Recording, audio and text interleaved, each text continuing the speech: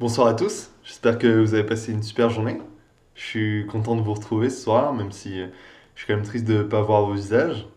Et on va continuer du coup ensemble notre lecture en actes, notre lecture chronologique. Et j'ai pas de thème particulier pour ce soir. J'ai juste lu le chapitre et j'aimerais vous partager un peu ce que j'ai remarqué, ce qui m'a touché et ce que je pense peut être intéressant à parler. Et donc, je vous propose sans plus attendre qu'on lise le début de Acte 16. Il arriva ensuite à Derbé, puis à Lystre. Il parle de Paul. Or, il y avait là un disciple nommé Timothée, fils d'une juive croyante et d'un grec. Les frères de Lystre et d'Iconium rendaient de lui un bon témoignage. Paul voulut l'amener avec lui. Il le prit donc et le circoncit, à cause des juifs de la région. Tous savaient en effet que son père était grec. Et déjà, j'aimerais juste m'arrêter là. Euh, Je sais pas, peut-être certains d'entre vous, vous suivez un peu les crypto-monnaies et vous avez dû voir que il y a le Bitcoin, beaucoup de gens ont investi, par exemple Elon Musk, et du coup il a pris beaucoup de valeur et maintenant ça vaut 40 000 euros à peu près, quelque chose comme ça. Et je vous parle de ça parce que le Bitcoin ou toutes les autres crypto-monnaies, euh, le mieux c'était d'investir quand c'était très très jeune. Ça valait pas grand-chose, ça valait quelques centimes, mais après quelques euros, même quelques centaines d'euros par rapport à ce que ça vaut maintenant, c'était rien du tout. Et c'était vraiment le meilleur moment pour investir. Mais bon, on pouvait pas tout savoir. C'est-à-dire que il- ça a du potentiel et c'est à nous de voir ce potentiel et d'investir ou pas. Et je vous parle de ça parce que dans ce passage, j'ai un peu l'impression que Paul, quand il voit Timothée, c'est ce qu'il fait. Il voit un potentiel. Et il a pour ce jeune homme, alors je ne veux pas comparer Timothée avec des bitcoins, hein, c'est pas la même chose, mais il a pour ce jeune homme des visions et des rêves.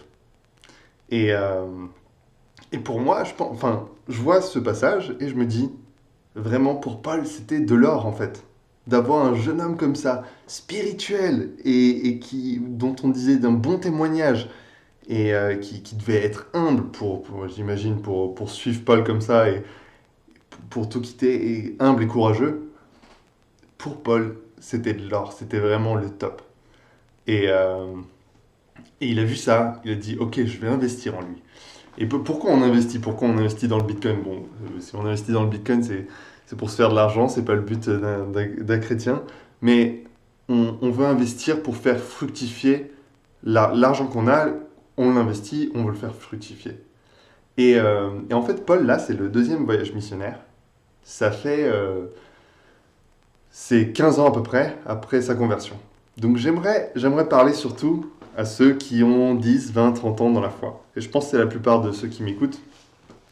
Et, euh, et j'aimerais dire, je pense que au fur et à mesure des années, on grandit dans notre relation avec Dieu. On apprend plein de choses avec lui. Il nous fait passer par des défis, par des victoires, par des défaites, par toutes sortes de choses qui nous font grandir et qui font que on a plus sage, on a plus d'expérience. Et bien sûr, même après 30 ans de vie chrétienne, je suis sûr qu'on a encore plein de choses à apprendre, mais le fait est qu'on a déjà appris plein de choses. Il y a des jeunes comme ça, comme Timothée, euh, qui sont plus jeunes d'âge et qui sont plus jeunes aussi dans la foi. Et tout ce qu'ils attendent, c'est qu'on s'investisse en eux pour grandir. Et en fait, quand on a grandi dans notre relation avec Dieu, quand on a vécu toutes ces années, c'est tellement dommage, c'est tellement une perte si on les investit pas dans la nouvelle génération, si on les investit pas dans un plus jeune, dans un Timothée, dans une Timéa, je sais pas, un jeune homme ou une jeune femme. Et c'est un peu comme avoir sa banque, avoir son argent à la banque ou dans son coffre-fort et le laisser stagner. On ne le fait pas fructifier. Et donc, ma première question pour vous, c'est ça. C'est aujourd'hui, est-ce que vous avez un jeune homme comme Timothée ou une jeune femme pour qui vous avez des rêves et des visions et dans lequel vous vous investissez, que vous formez, avec qui vous passez du temps ensemble et à qui vous enseignez tout ce que vous avez appris au fur et à mesure. Parce que c'est super précieux finalement. Et c'est quelque chose que nous, les jeunes, bien sûr, on a. C'est un trésor aussi pour nous. Pour Timothée, ça devait être le truc le plus génial, quoi, d'avoir Paul qui s'investit en lui, comme ça.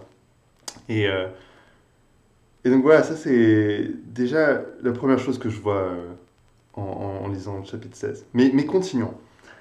Et donc au verset 4. Dans les villes où il passait, il transmettait les prescriptions décidées par les apôtres et les anciens de Jérusalem, afin qu'on les observe. Les églises s'affermissaient dans la foi et augmentaient en nombre de jour en jour. Quelque chose qui me frappe dans ce passage, c'est, bon, déjà, il dit, on transmettait les prescriptions décidées par les apôtres et les anciens afin qu'on les observe. Déjà, c'est un peu bizarre. Pourquoi il les transmettrait si c'est pas afin qu'on les observe?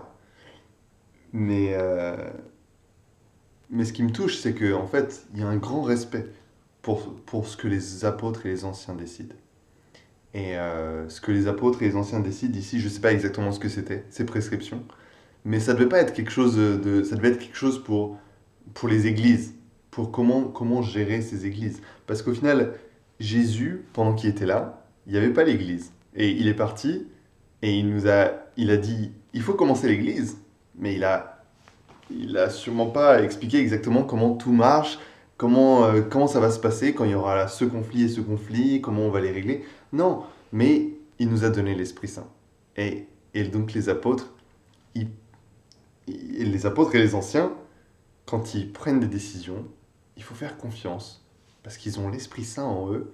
Et j'aime ce respect qu'il y a, que que Paul et ses compagnons, ils vont de ville en ville, ils vont dans les églises, et, et non seulement ils affermissent les gens, mais aussi ils viennent, ils viennent transmettre ce que les anciens et les apôtres décident. Et ça me fait penser à moi, des fois, un peu comment je peux voir les choses qu'on fait dans l'église. Je me demande, je me questionne, je me dis, ah bah tiens, mais c'est pas vraiment dans la Bible, c'est pas quelque chose qu'on est obligé de faire comme ça, pourquoi on fait comme ça, pourquoi on fait comme ci. Et la vérité, oui, bien sûr, en fait, c'est moi qui me, c'est de ma faute si j'en fais des traditions. Personne n'a dit que c'était la manière de faire et qu'il n'y avait pas d'autre manière de faire. Je veux dire, le repas du Seigneur, il faut du vin ou du jus de raisin, est-ce qu'on le fait en 5 minutes ou est-ce que c'est un vrai repas ou quoi? Au final, il doit y avoir plein de bonnes manières de le faire. Mais il y a une décision à prendre. Est-ce qu'il va y avoir du vin ou du jus de raisin dans nos verres ce dimanche? Et des fois, je réalise que dans mon cœur, certaines choses qu'on fait dans l'église, ça devient une tradition pour moi. Et pourtant, personne m'a dit que c'était quelque chose que il fallait que ça soit comme ça. Mais pour moi, dans mon cœur, c'est ce que ça devient. Et quand du coup, je remets en question ça, je peux remettre la faute à, à d'autres gens dans l'église. Je peux remettre la faute aux anciens ou à ceux qui décident, comme si ils en avaient fait une loi. Mais jamais eux, ils ont dit ça. Et c'est moi dans ma propre tête qui peut en faire une loi parfois. Et on peut continuer, parce qu'au final, c'est la Bible qui nous inspire, donc je peux parler beaucoup, mais c'est pas ça qui va vous inspirer. Et au verset, on peut sauter un petit passage et continuer au verset 11. De Troas, nous avons fait voile droit sur Samothrace et le lendemain sur Néapolis. De là, nous sommes allés à Philippe, première ville du district de Macédoine et colonie romaine. Nous avons séjourné quelques jours dans cette ville. Le jour du sabbat, nous sommes sortis à l'extérieur de la porte de la ville, près d'une rivière, dans un endroit où nous pensions trouver un lieu de prière. Alors, ils sont à Philippe, première ville du district de Macédoine. C'est un peu comme Paris. Paris, première ville de district de Île-de-France. Et donc, en tout cas, ce que je veux dire, c'est que c'est pas un petit village paumé, tranquille, mais c'est plutôt une ville agitée. Et, euh, et c'est le jour du sabbat. Ils sont pas sous la loi. Ils ont la liberté en Jésus. Mais le jour du sabbat, ils veulent prendre ce jour de repos. Et parce que c'est un cadeau de Dieu. Et quand bien même ils ont la liberté en Jésus, ils ne sont pas devenus des surhumains et ils ont besoin de repos aussi.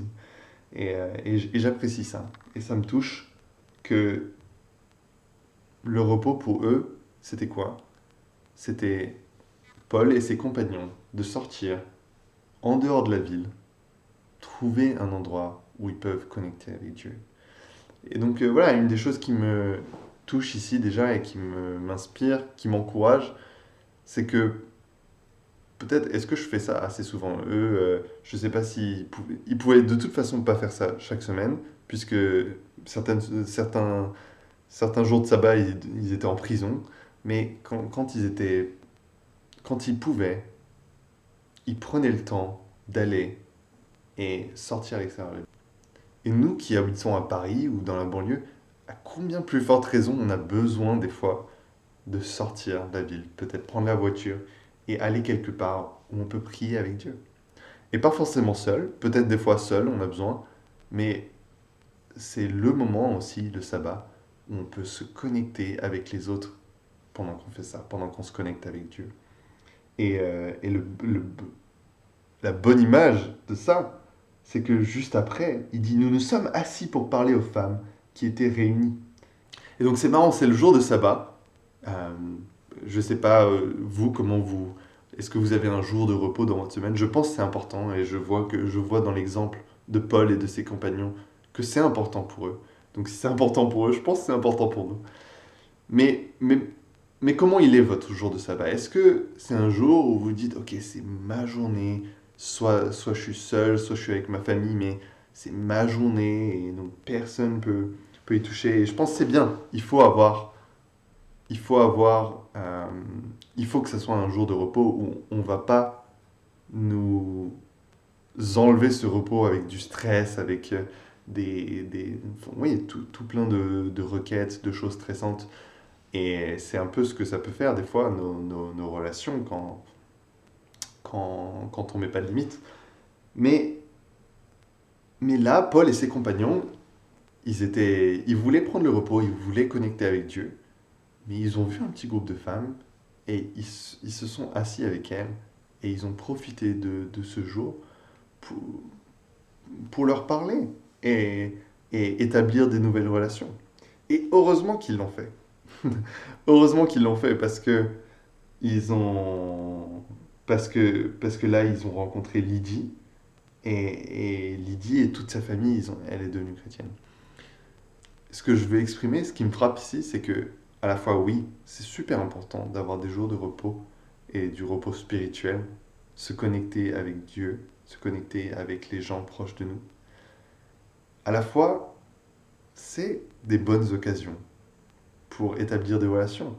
Établir des relations, il faut qu'on apprenne à ce qu'on puisse établir des relations d'une manière reposante. Je pense, ils se sont assis et parlé avec ces femmes. Je sais pas, je les imagine un peu juste profiter de la journée, profiter de la nature autour d'eux et parler avec elles et sans stress, sans stress, mais annoncer la bonne nouvelle, leur exprimer. Et finalement, est-ce qu'il y a quelque chose de plus reposant que de parler de sa foi, que de parler de la bonne nouvelle, de ce que Jésus a fait pour nous? Euh, Ça devrait être quelque chose de reposant et je sais que pour moi, ça peut être plutôt un stress. Ça peut être genre, ah, j'espère que la personne va bien accueillir la parole, ou on peut se dire plein de choses, mais il faut que ça soit quelque chose qui nous repose de parler de Dieu. Et, euh, et ça m'encourage, je me dis, ok, dans mon jour de repos, dans mon sabbat, vous pouvez l'appeler sabbat ou pas, comme vous voulez, mais dans mon sabbat, est-ce que peut-être j'en profiterai pas pour aller voir mes voisins, leur apporter à manger et, et s'ils veulent m'accueillir chez eux, peut-être, ou bien moi je les invite chez nous, prendre le café et profiter de ce moment de paix et de repos pour, pour parler de comment Dieu a changé ma vie. Et ça va me reposer encore plus, ça va me donner le repos du corps, mais surtout le repos de l'âme. Et, et je sais pas si ça vous fait ça, mais moi ça me fait vraiment ça quand je suis heureux d'avoir parlé de mon Seigneur, d'avoir parlé de Jésus, je dors bien après. J'ai un vrai repos. Et je pense que le sabbat va vraiment nous reposer si on suit l'exemple de Paul ici. Et donc je vais finir quand même. Et au verset 14, il dit, il y avait là une femme nommée Lydie, marchande de pourpre, de la ville de Thyatire, adoratrice de Dieu. Elle l'écoutait et le Seigneur lui a ouvert le cœur pour qu'elle s'attache à ce que Paul disait. Après avoir reçu le baptême avec toute sa maison, elle nous a invités en disant, si vous jugez que je suis fidèle au Seigneur, venez chez moi et demeurez-y. Et elle nous en a pressé instamment. Et j'ai lu la moitié du chapitre et vous connaissez sûrement le reste du chapitre qui est quand ils sont à la prison et que le tremblement de terre ouvre les portes mais qu'ils sortent pas et que ça touche le geôlier, il comprend pas, il est abahi. Donc je vais pas passer plus de temps sur ce passage même il est très inspirant. Je vous encourage à le lire bien sûr de votre côté. Merci de m'avoir écouté. Je vous souhaite une bonne soirée. Salut tout le monde.